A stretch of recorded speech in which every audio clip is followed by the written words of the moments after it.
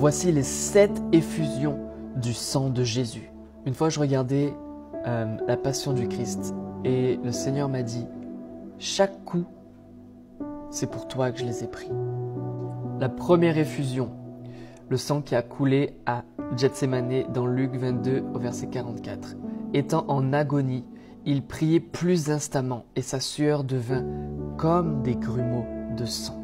Jésus était dans une angoisse tellement profonde que des grumeaux de sang sont sortis de sa peau, comme si même la vie voulait sortir de lui-même. Il a renoncé à sa propre volonté pour que celle du Père soit faite. Deuxième effusion de sang, le sang qui a coulé de son dos. Dans Ésaïe 50, on peut lire « J'ai livré mon dos à ceux qui me frappaient ». Et le dos représente les fardeaux. C'est dit qu'il a pris toutes nos iniquités, tous nos fardeaux, tout ce qu'on a voulu mettre sur nous qui n'était pas adapté. Ça représente aussi la trahison. Jésus s'est fait trahir et il a brisé la puissance de la trahison dans ta vie. Quand on peut regarder le suaire de Turin, il n'y a pas un endroit dans son corps qui n'a pas été flagellé. Et on peut lire dans Jean 19 que Pilate prit Jésus et le fit fouetter. La troisième effusion de son sang. Celle-là, on ne la lit pas dans les évangiles, on la lit dans Ésaïe, le prophète qui a prophétisé la crucifixion de Jésus à partir du chapitre 50 au verset 6. « Et mes joues à ceux qui m'arrachaient la barbe. Je n'ai pas dérobé mon visage aux ignominies et aux crachats. » En fait, on sait que la barbe d'un homme représente sa dignité, son respect.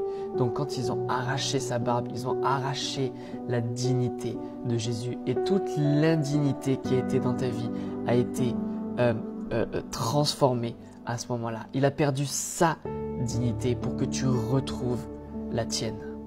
La quatrième, la couronne d'épines qui a été mise sur sa tête. Dans Marc 15 au verset 17, ils revêtirent de pourpre et posèrent sur sa tête une couronne d'épines qu'ils avaient tressée.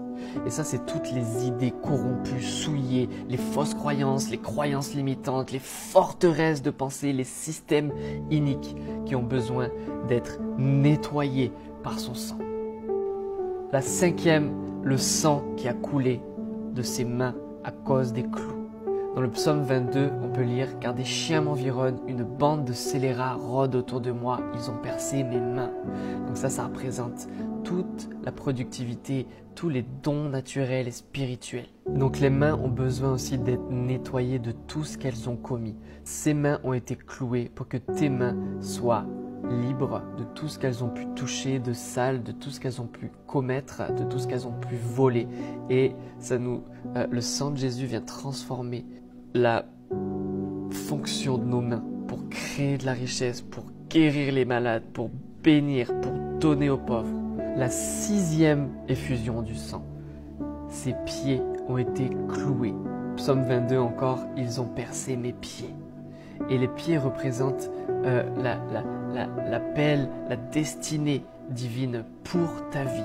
Il a subi ce châtiment pour que nous soyons libres de marcher dans cette nouvelle vie, pour pouvoir aller vers l'autre, pour pouvoir aller annoncer la bonne nouvelle dans le monde entier.